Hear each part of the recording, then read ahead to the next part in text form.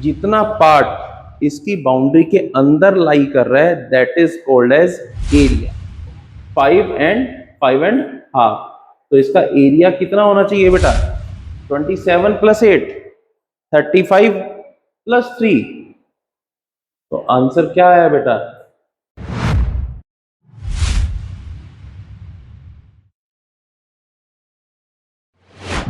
बेटा हमने last time chapter start किया था आपका एरिया एंड पेरीमीटर, जिसमें हमने पेरीमीटर टॉपिक कवर कर लिया था। आज थोड़ा सा एक आधा पार्ट रहता है, उसके बाद हम एरिया करेंगे और फिर ये चैप्टर कंप्लीट हो जाएगा। ठीक है।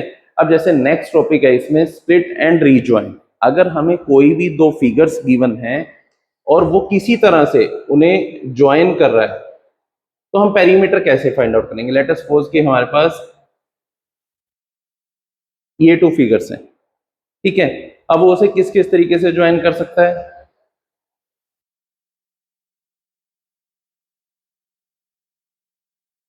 लेट अस सपोज वो ऐसे ही ज्वाइन कर रहा है। ठीक है।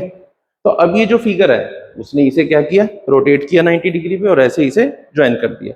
तो जो इस फिगर का पेरीमीटर होगा उसमें सपोज हम इस पॉइंट से स्टार्ट करते हैं तो हम ये वाली लेंथ, ये वाली लेंथ, ये और ये कंसीडर करेंगे। ये बीच वाली लेंथ हम कंसीडर नहीं करेंगे क्योंकि अब ये ज्वाइन होके एक कंप्लीट फिगर बन चुका है। जब ये दो अलग अलग थे तो इनके पेरीमीटर्स डिफरेंट थे, बट अब जब ये ज्वाइन होके ऐसे एक कंप्लीट फिगर बने तो हम इनको कलेक्टिवली मानेंगे, बीच वाला पार्ट हम कंसीडर नहीं करते। लेट अस सपोज जैसे और कैसे ज्वाइन कर सकता है?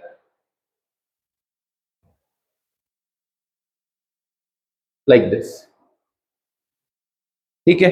तो जब हम पेरीमीटर फाइंड आउट करेंगे तो हम इस डायमेंशन को कंसीडर नहीं करेंगे। जैसे सपोज हम ए से चले, A to B, B to C, C to D, then E, F, G, H and A. ये बीच में आ गया है पार्ट, तो अब ये पेरीमीटर का पार्ट नहीं होगा क्योंकि ये इसकी बाउंड्री में नहीं आ रहा है। लेट अस सपोज उसने ऐसे ज्वाइन कर दिया,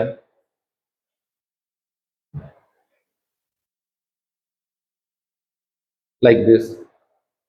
तो अब हम पेरीमीटर में ये वाला पार्ट कंसीडर नहीं करेंगे। पेरीमीटर इज जस्ट दिस यहां, लाइक दिस। तो ये जो फिगर का पेरीमीटर होगा वो ये होगा। जो बीच में आ रहा है वो उसका पेरीमीटर नहीं है। क्लियर हुआ? चलो, जैसे एक क्वेश्चन गिवन है हमें,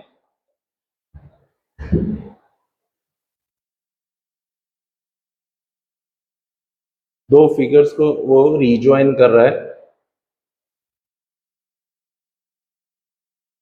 लाइक दिस, और हमें डायमेंशंस गिवन है 3, 8, 3,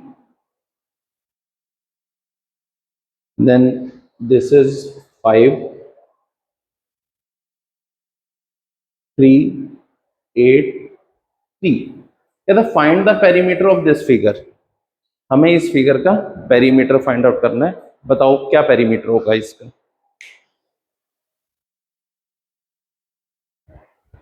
देखो बेटा, जब हम इसे सॉल्व करते हैं, लेट अस सपोज हम इसकी नेमिंग कर देते हैं पहले, ए, बी, सी, डी, ई, एफ, जी। राइट। अब हमें पेरीमीटर फाइंड आउट करना है तो हमें पता है ये वाला पार्ट तो इसका कंसीडर नहीं होगा। ठीक है, क्योंकि ये इनसाइड द फिगर है, पेरीमीटर बाउंड्री पे नहीं आ रहा है। अब ए टू बी, 8 + 3, 11, 11 + 8, 19 + 3, 22 + 5, 27। ये वाला पार्ट क्या होगा? ये तो हमें चाहिए ना, यहां तक पहुंचे ना हम एफ तक जब हमने 27 किए। ये 8 है तो ये क्या होगा? 8, 27 + 8, 35 + 3। तो आंसर क्या आया बेटा? 38। हमें सभी डायमेंशंस को अच्छे से काउंट करना है। डन। जैसे नेक्स्ट क्वेश्चन है बेटा, एक और फिगर गिवन है,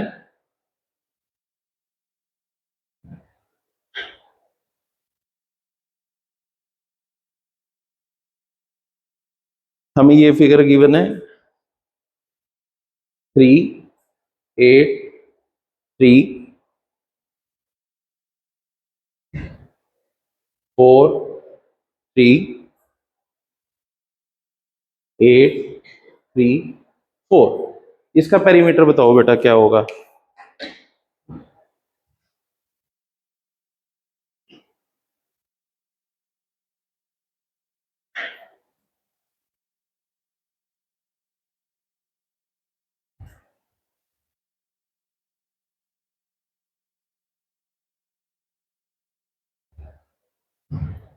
जल्दी करो बेटा, बताओ इसका पेरीमीटर क्या आता है।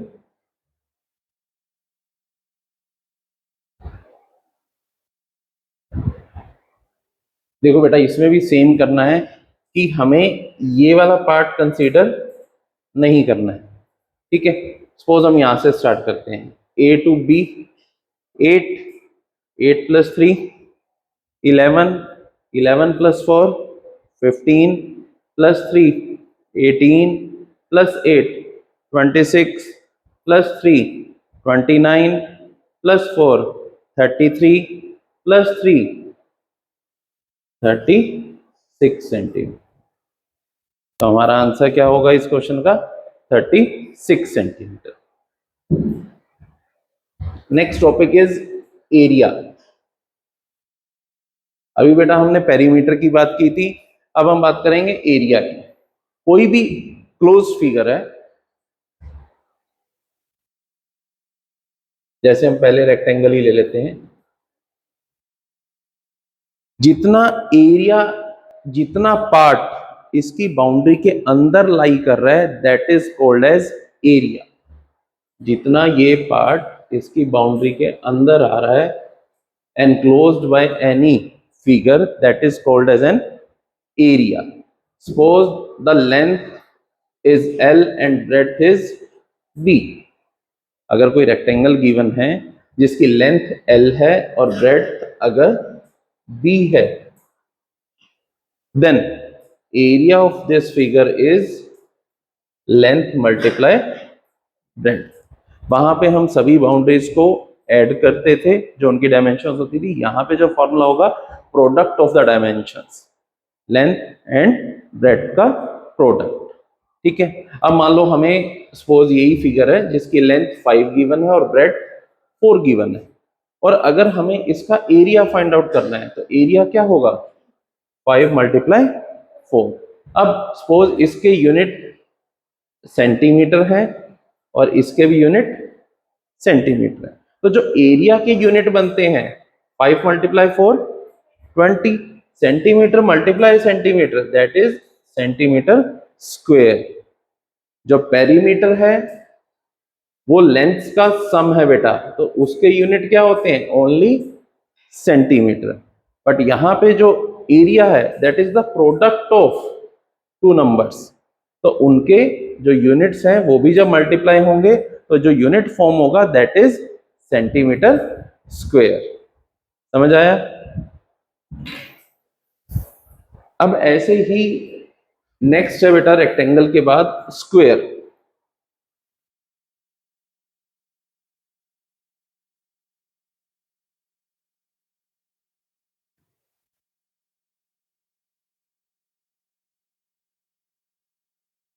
अगर हमें कोई स्क्वायर गिवन है, अब स्क्वायर क्या होती है, जिसकी डायमेंशंस इक्वल होती हैं। अगर ये x है तो ये भी क्या होगा, x। तो अगर square is also a form of rectangle तो इसका एरिया क्या होगा, x multiply x, that is equal to x square. 2 times x multiply हुआ that is equal to x square. तो जो एरिया ऑफ स्क्वायर होता है that is equal to side square. हमें कोई भी साइड गिवन होगी उसका हमें जस्ट स्क्वायर करना है और हमारे पास एरिया आ जाएगा, ठीक है। डन करो पहले यहां तक, फिर इसके क्वेश्चंस करते हैं। इस टॉपिक पे बेटा एक क्वेश्चन है, जैसे एरिया हम सिंपल तो स्क्वायर और रेक्टेंगल का तो फाइंड आउट कर ही सकते हैं कि मान लो हमें एक फिगर गिवन है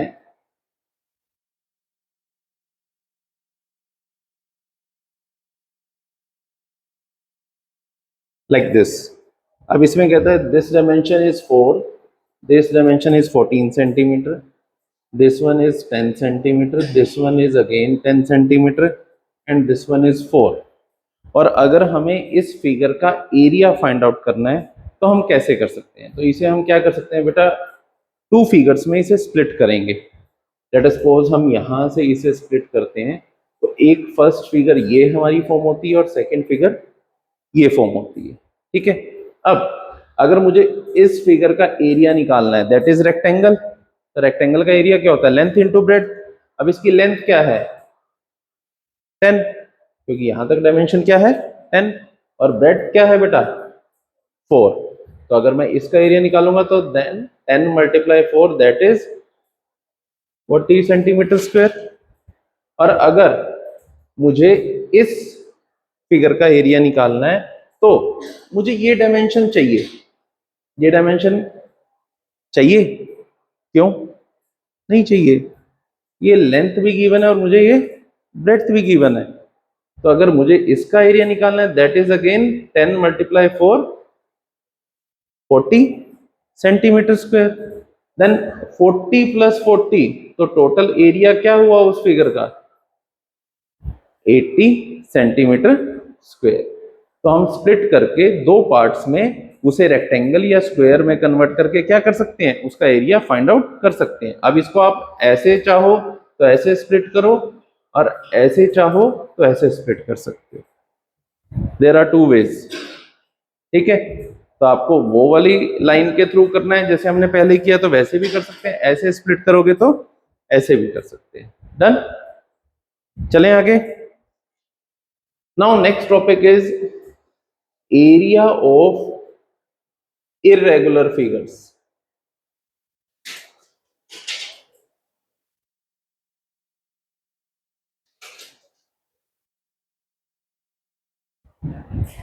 अगर हमें कोई भी इर्रेगुलर फिगर गिवन है तो उसका एरिया कैसे फाइंड आउट करेंगे? कैसे इर्रेगुलर फिगर, कैसे? Suppose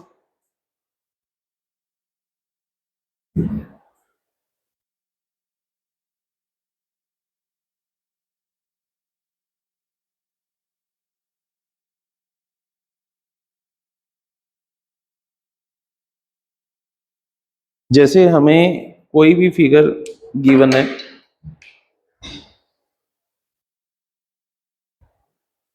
like this.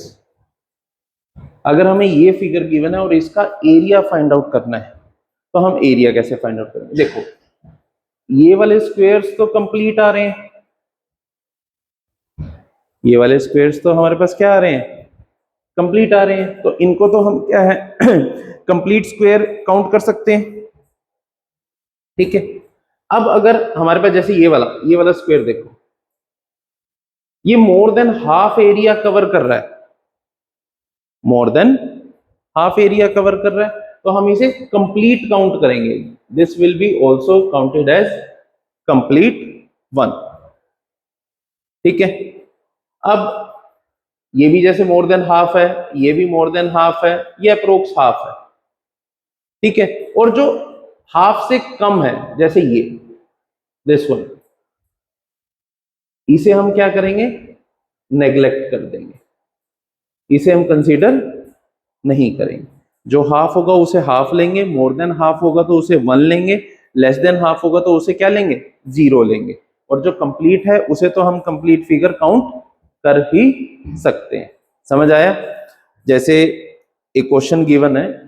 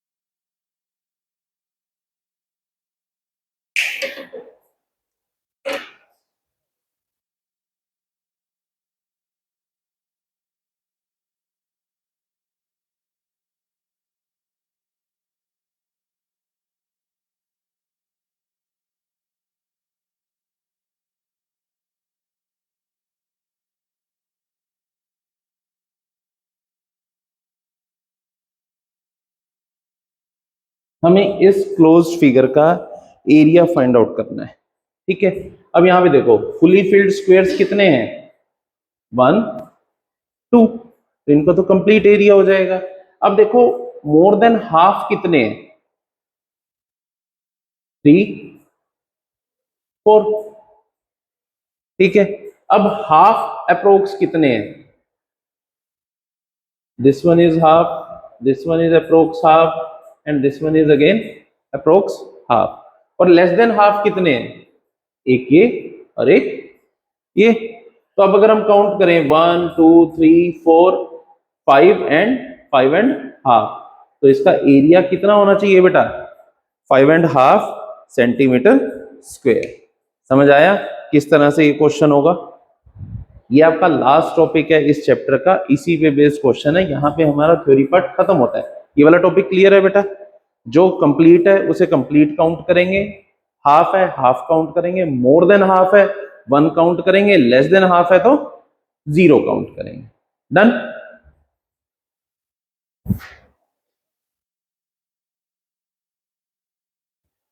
आज की क्लास में बेटा कोई डाउट किसी टॉपिक में? डन।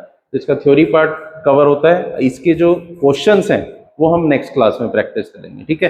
तो यहां तक हम सारी एक बार थ्योरी, पेरीमीटर और एरिया की रिवाइज करेंगे एंड देन फिर उसके बाद हम इसकी प्रैक्टिस करेंगे नेक्स्ट क्लास, ठीक है। Thank you.